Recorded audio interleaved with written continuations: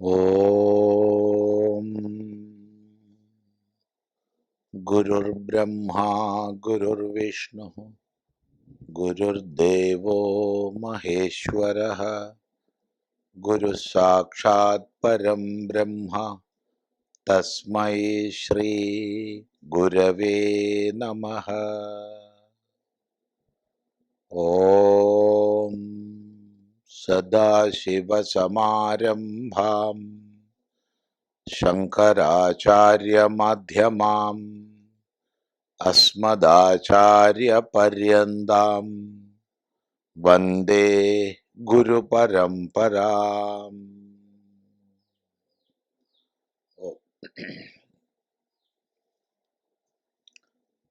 ശ്രീ വിഷ്ണു സഹസ്രനാമ സ്തോത്രത്തിൽ 92 ശ്ലോകങ്ങളാണ് നമ്മൾ ശ്രദ്ധിച്ചത്. തുടർന്ന് 93-ാമത്തെ ശ്ലോകം. സത്വവാൻ സാത്വിക സത്യധർമ്മപരായണഃ അഭിപ്രായ പ്രിയാർഹോർഹ പ്രിയകൃത് പ്രീതിവർദ്ധനഃ. സത്വവാൻ സാത്വിക സത്യഃ സത്യധർമ്മപരായണഃ അഭിപ്രായ പ്രിയാർഹോർഹ പ്രിയകൃത് പ്രീതിവർദ്ധനഃ. ഈ ശ്ലോകത്തില് സത്വവാൻ, സാത്വികഃ, സത്യഃ, സത്യധർമ്മപരായണഃ, അഭിപ്രായഃ, പ്രിയാർഹഃ, അർഹഃ, പ്രിയകൃത്, പ്രീതിവർദ്ധനഃ. ഇങ്ങനെ 9 പേരുകളാ ഉള്ളത്. സത്വവാൻ, സത്വത്തോടൊത്തവൻ. സത്വം എന്നതിന് നമുക്ക് അനേക അർത്ഥങ്ങൾ മനസ്സിലാക്കാം. ഒന്നുകിൽ സത്വഗുണം എന്ന് മനസ്സിലാക്കാം. അപ്പൊ സത്വഗുണത്തോടൊത്തവൻ. പാരമാർത്ഥികമായി ഭഗവത് രൂപം ത്രിഗുണാതീതമാണ്. നമ്മൾ തന്നെ നേരത്തെ നിർഗുണഃ എന്നൊക്കെ പഠിച്ചു. ത്രിഗുണാതീതമാണ്. എങ്കിലും സ്ഥിതിപാലനം ചെയ്യുന്ന വിഷ്ണു എന്ന അർത്ഥത്തിൽ എടുക്കുമ്പോൾ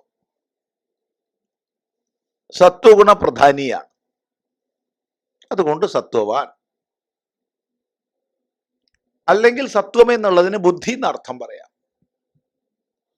ബുദ്ധി, ബുദ്ധിയോടൊത്തവൻ. ഈ ജഗത്തിനെ മുഴുവൻ സൃഷ്ടിച്ച് സ്ഥിതിപാലനം ചെയ്ത് സംഹരിക്കുന്ന അചിന്ത്യമായ ബുദ്ധി പ്രഭാവത്തോടൊത്തവൻ. ഈ പ്രപഞ്ചത്തിലെ അനന്തകോടി ഗ്രഹ നക്ഷത്രങ്ങൾ അടങ്ങുന്ന, അല്ലെങ്കിൽ അനന്തകോടി ബ്രഹ്മാണ്ടങ്ങൾ അടങ്ങുന്ന പ്രപഞ്ചത്തിലെ ഏതെങ്കിലും ഒരു കണികയെ എടുത്താൽ പോലും, അഥവാ അതീവ സൂക്ഷ്മ സസ്യത്തെയോ ജീവിയെയോ എടുത്താൽ പോലും നമ്മൾ അത്ഭുതപ്പെടും. അത്രയ്ക്ക് സുഘടിതമായ ഒരു വ്യവസ്ഥ നിരീക്ഷിക്കുമ്പോൾ നമുക്ക് കാണാൻ സാധിക്കും. ചരമെന്നോ അചരമെന്നോ ജഡമെന്നോ സചേതനമെന്നോ ഒക്കെ നമ്മൾ പറയുന്ന സകലവും ഈ അത്ഭുതകരമായ വ്യവസ്ഥയോട് കൂടിയതാണ്. അപ്പോൾ അതിൻ്റെ എല്ലാം പിന്നിലുള്ള, അതിൻ്റെ എല്ലാം സ്രഷ്ടാവായിരിക്കുന്ന ആ ഭാവം അത്യന്തമായ ബുദ്ധിവൈഭവത്തോടൊത്ത ഭാവമാണ്. അതുകൊണ്ട് സത്വവാൻ. അല്ലെങ്കിൽ ബലം, വീര്യം തുടങ്ങിയ സകല മഹിമകളും ചേർന്നവൻ. കേവലം ബുദ്ധി എന്നർത്ഥം പറയാതെ നമ്മുടെയൊക്കെ ജീവഭാവം ഉണ്ടല്ലോ, ഉണ്ടെന്നുള്ള ഭാവം. ആ ഉണ്ടെന്നുള്ള ഭാവം തന്നെ സത്വമാണ്. സത്ത് എന്ന ഭാവം സത്വം. അതോടൊത്തവൻ അത്ഭുതകരമായ വീര്യ പരാക്രമാദികളോടൊത്തവൻ. അങ്ങനെ അനേക അർത്ഥങ്ങൾ സത്വവാൻ എന്നുള്ളതിന് പറയാം. ഏതായാലും ഭഗവാൻ ഭാഷ്യകാരൻ പറയുന്നത് ശൗര്യ വീര്യാധികം സത്വമസ്യൈതി സത്വവാൻ. ശൗര്യം വീര്യം തുടങ്ങിയ സത്വം ആർക്കുണ്ടോ അവൻ സത്വവാൻ എന്നാണ്. രണ്ടാമതായിട്ട് സാത്വിക. സാത്വിക എന്ന് പറഞ്ഞാൽ സത്വഗുണപ്രധാനി. നേരത്തെ നമ്മൾ ചിന്തിച്ചു, വാസ്തവത്തിൽ ഗുണാതീതമാണ് ഈശ്വര സ്വരൂപമെങ്കിലും സ്ഥിതിപാലനത്തിനായിക്കൊണ്ട് ജഗത് രക്ഷണത്തിനായിക്കൊണ്ട് സത്വത്തെ സ്വീകരിച്ചിരിക്കുന്നവൻ ആരോ അവൻ സാത്വികൻ. ഭാഷ്യകാരൻ പറയുകയാണ്, സത്വേ ഗുണേ പ്രാധാന്യേന സ്ഥിതഃ ഇതി സാത്വിക. പ്രാധാന്യേന സത്വഗുണത്തിൽ നിലകൊള്ളുന്നവനാരോ അവൻ സാത്വികൻ. തുടർന്ന് സത്യഃ, സത്യസ്വരൂപനാണ്. സത്യസ്വരൂപൻ എന്ന് പറയുമ്പോൾ സത്ത് എന്ന ഭാവത്തോടൊത്തവൻ. ഉണ്ട് ആക്കുന്നു എന്ന ഭാവത്തോടൊത്തവൻ. ഞാനുണ്ട്, നീയുണ്ട്, അതുണ്ട്, ഇതുണ്ടെന്നെല്ലാം നമ്മൾ പറയുമ്പോൾ പലപ്പോഴും നമ്മൾ ഉണ്ടായി നശിക്കുന്ന വസ്തുജാലങ്ങളെ കുറിച്ചാണ് ഉണ്ടെന്ന് പറയാറ്. കേവലം ആവിർഭവിച്ച് തിരോഭവിക്കുന്ന ദൃശ്യപ്രപഞ്ചം എന്തിനാലാണ് അഥവാ എന്തിനെ കൊണ്ടാണ് ഇതെല്ലാം ഉള്ളതായിരിക്കുന്നത്? ആ ഉണ്മയാണ് സത്യ. ആ ഉണ്മ സ്വരൂപമായവനാണ് സത്യ, ഉള്ളവൻ, സത് എന്ന ഭാവത്തോടൊത്തവൻ. എന്താണ് ഉള്ളതെന്ന് തേടി ഈ ദൃശ്യപ്രപഞ്ചത്തിൽ അന്വേഷിക്കുന്ന സാധകൻ അല്ലെങ്കിൽ അന്വേഷകൻ നിഷേധിക്കാവുന്നതിനെ മുഴുവൻ ന ഇതി എന്ന ക്രമത്തിൽ, ഇതല്ല എന്ന ക്രമത്തിൽ നിഷേധിക്കുമ്പോൾ ഒടുവിൽ അനിഷേധ്യമായ അസ്തിത്വ മാത്രത്തിൽ എത്തിച്ചേരുകയായി. ആ നിഷേധ്യമായ അസ്തിത്വം മാത്രമാണ് സത്യ. ഭാഷ്യകാരൻ പറയുന്നു, സത്സു സാധുത്വ സത്യ. സത്തുക്കളിൽ സാധുവായിരിക്കുന്നത് കൊണ്ട്, സത്തുക്കളിൽ സാധുവായിരിക്കുന്നത് കൊണ്ട്, ശ്രേഷ്ഠഭാവത്തിൽ ഇരിക്കുന്നത് കൊണ്ട് സത്യ എന്ന്. തുടർന്ന് സത്യധർമ്മപരായണ. സത്യം തന്നെ ധർമ്മം, സത്യധർമ്മം, അഥവാ സത്യവും ധർമ്മവും, സത്യധർമ്മങ്ങൾ രണ്ട് രീതി പറയാം. ഒന്ന് സത്യം തന്നെ ധർമ്മം, സത്യധർമ്മം. രണ്ട് സത്യവും ധർമ്മവും, സത്യധർമ്മങ്ങൾ. ഈ സത്യധർമ്മങ്ങളെ കൊണ്ട് ആരിലേക്ക് പരമമായ അയനം, ഗമനം, ഗതി ലഭിക്കുന്നുവോ അവൻ സത്യധർമ്മപരായണ. അപ്പൊ ജീവിതത്തിൽ നമ്മൾ പാലിക്കുന്ന സത്യധർമ്മങ്ങളെ കൊണ്ട് ആരിലേക്ക് ഗതി ലഭിക്കുന്നു അവനാണ് സത്യധർമ്മപരായണ. അഥവാ തൻ്റെ ജീവിതത്തിൽ സത്യധർമ്മങ്ങളെ പരമമായി കണക്കാക്കുന്നവൻ, പരായണം, ഒരല്പവും വ്യതിചലിക്കാതെ സത്യധർമ്മങ്ങളിൽ ഉറച്ചു വസിക്കുന്നവൻ. ഇനി കുറച്ചും കൂടി ഉയർന്ന അർത്ഥതലത്തിൽ പോയി കഴിഞ്ഞാൽ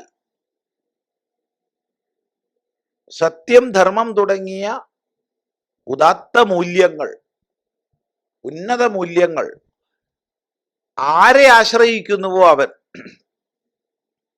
അപ്പൊ സത്യധർമ്മങ്ങളിൽ ഉറച്ചിരിക്കുന്നവനല്ല, മറിച്ച് സത്യധർമ്മങ്ങൾ പോലും ആരിൽ ഉറച്ചിരിക്കുന്നു അവൻ സത്യധർമ്മപരായണ. ഇങ്ങനെ വ്യത്യസ്ത തലങ്ങളിൽ നമുക്ക് അർത്ഥം കാണാം. ഏതായാലും ഭഗവാൻ ഭാഷ്യകാരൻ പറയുകയാണ്, സത്യേ യഥാഭൂതാർത്ഥ കഥനെ ധർമ്മേച്ച ചോദനാലക്ഷണേ നിയതഃ ഇതി. സത്യത്തിലും ധർമ്മത്തിലും, അതായത് ഉള്ളതുള്ള പോലെ പറയുന്നതിലും ശാസ്ത്രത്താലും ആചാര്യന്മാരാലും പ്രേരിപ്പിക്കപ്പെടുന്നതിൽ പ്രവർത്തിക്കുന്നവനും, ഇവ രണ്ടിലും ഉറച്ചിരിക്കുന്നവൻ ആരോ അവനാണ് സത്യധർമ്മ പരായണ. അഭിപ്രായ,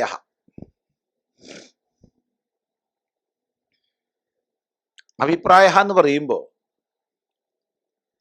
പുരുഷാർത്ഥത്തെ പ്രാപിക്കേണ്ടവര്, പരമപുരുഷാർത്ഥത്തെ, മുക്തിയെ പ്രാപിക്കേണ്ടവര് ആരെയാണോ ആശ്രയിക്കുന്നത് അഥവാ ആശ്രയിക്കേണ്ടത് അവനാണ് അഭിപ്രായം. ഭാഷ്യകാരൻ പറയുകയാണ്, അഭിപ്രയതേ പുരുഷാർത്ഥകാംക്ഷിഭിഹി ഇതി അഭിപ്രായ. പുരുഷാർത്ഥകാംക്ഷികളാൽ, മോക്ഷകാംക്ഷികളാൽ, ജീവിതത്തിൽ മുക്തിയെ പ്രാപിക്കണം എന്നുള്ളവരാൽ അഭിപ്രയതേ, അഭിലഷിക്കപ്പെടുന്നു, ആഗ്രഹിക്കപ്പെടുന്നു, പ്രാപിക്കാൻ ഇച്ഛിക്കപ്പെടുന്നു. ആര്? അവൻ അഭിപ്രായ, പരമാത്മാ എന്നർത്ഥം. മറ്റൊരർത്ഥം ഭാഷ്യകാരൻ പറയുന്നത്, ആഭിമുഖ്യേന അസ്മിൻ പ്രൈതി ജഗതിഥി. സംഹാരകാലത്ത്, മഹാപ്രളയകാലത്ത് ഈ ജഗത്ത് മുഴുവൻ ആരിലേക്ക് ചെന്ന് ചേരുന്നുവോ, അഭിപ്രൈതി, ചെന്ന് ചേരുന്നുവോ അവനാണ് അഭിപ്രായ. രണ്ടർത്ഥവും നമുക്ക് സ്വീകരിക്കാം. തുടർന്ന് പ്രിയാർഹ, പ്രിയത്തിന് അർഹനായവൻ, പ്രേമലക്ഷണമായ ഭക്തിക്ക് അർഹനായവൻ. ആരെ നിരുപാധികമായി പ്രേമിക്കാമോ അവനാണ് പ്രിയാർഹൻ, പ്രിയത്തിന് അർഹനായവൻ. അഥവാ സകല ജീവികളും സകല ജീവരാശികളും ഏറ്റവും അധികം പ്രിയമായി കാണുന്നത് തന്നെ തന്നെയാണ്. സവിത്താത് പ്രേയ, പുത്രാത് പ്രേയ തുടങ്ങി ശ്രുതി പറയുന്നുണ്ട്. ധനത്തേക്കാൾ പ്രിയപ്പെട്ടത്, മക്കളെക്കാൾ പ്രിയപ്പെട്ടത് താൻ തന്നെയാണ് തനിക്ക്. അങ്ങനെ പ്രിയതമമായ ആത്മസ്വരൂപം പ്രിയാർഹ. രണ്ട് രീതിയിലും പറയാം. പ്രേമലക്ഷണമായ ഭക്തിക്ക് അർഹനായവൻ പ്രിയാർഹ, പരം പ്രേമ സ്വരൂപൻ പ്രിയാർഹ. ഈ രണ്ടർത്ഥത്തിലും നമുക്ക് ആ ശബ്ദം പറയാം. ഭാഷ്യകാരൻ പറയുകയാണ്, പ്രിയാണി ഇഷ്ടാനി അർഹതീതി പ്രിയാർഹ. പ്രിയങ്ങളെ, ഇഷ്ടങ്ങളായവയെ അർഹിക്കുന്നവൻ എന്ന് വെച്ചാൽ തനിക്ക് ഇഷ്ടപ്പെട്ടതിനെ നമ്മൾ ഭഗവാന് സമർപ്പിക്കും. അവ പ്രിയപ്പെട്ടവ ആർക്കർഹിക്കുന്നുവോ, ആരാണോ പ്രിയപ്പെട്ടവയെ അർഹിക്കുന്നത് അവനാണ് പ്രിയാർഹൻ. ഇത് മറ്റൊരു അർത്ഥതലമാണത്. നമ്മൾ നേരത്തെ പറഞ്ഞത് മറ്റൊരു അർത്ഥതലം. യദ്യദിഷ്ടതമം ലോകേ യച്ഛാസ്യദയിതം ഗൃഹേ തത്തദ്ഗുണവതേ ദേയം തദേവാക്ഷയ്യമിച്ഛതാ എന്ന് ഭാഷ്യകാരൻ വാക്യത്തെ സമുദ്ധരിക്കുന്നു. നമുക്ക് ലോകത്തിൽ ഇഷ്ടപ്പെട്ടത് എന്താണോ, നമ്മുടെ വീട്ടിൽ നമുക്ക് എന്താണോ ഇഷ്ടപ്പെട്ടത്, അത് ഗുണയുക്തനായ ഈശ്വരന് സമർപ്പിക്കേണ്ടതാകുന്നു. അപ്പം നമ്മൾ ഇഷ്ടമായി കണക്കാക്കുന്നതാണ് നമ്മൾ ഭഗവാന് സമർപ്പിക്കേണ്ടത്. അതുകൊണ്ട് ഭഗവാൻ പ്രിയാർഹനാണ് എന്നർത്ഥം. അർഹ, അർഹിക്കുന്നവൻ. എന്തർഹിക്കുന്നവൻ? പൂജ അർഹിക്കുന്നവൻ, സമർപ്പണം അർഹിക്കുന്നവൻ, പ്രേമം അർഹിക്കുന്നവൻ, എല്ലാം അർഹിക്കുന്നവൻ. പൂജ്യൻ എന്നർത്ഥം. സകല ഉപചാരങ്ങളും അർഹിക്കുന്നവൻ എന്നാണ് അർഹ. ഭാഷ്യകാരൻ പറയുന്നു, സ്വാഗത ആസന പ്രശംസ അർഘ്യ പാദ്യ സ്തുതി നമസ്കാരാദിഭിः പൂജാസാധനൈः പൂജനീയഃ. സ്വാഗതം, ആസനം, പ്രശംസ, അർഘ്യം, പാദ്യം, സ്തുതി, നമസ്കാരം തുടങ്ങി എല്ലാ പൂജാസാധനങ്ങളാലും പൂജിക്കപ്പെടേണ്ടവൻ.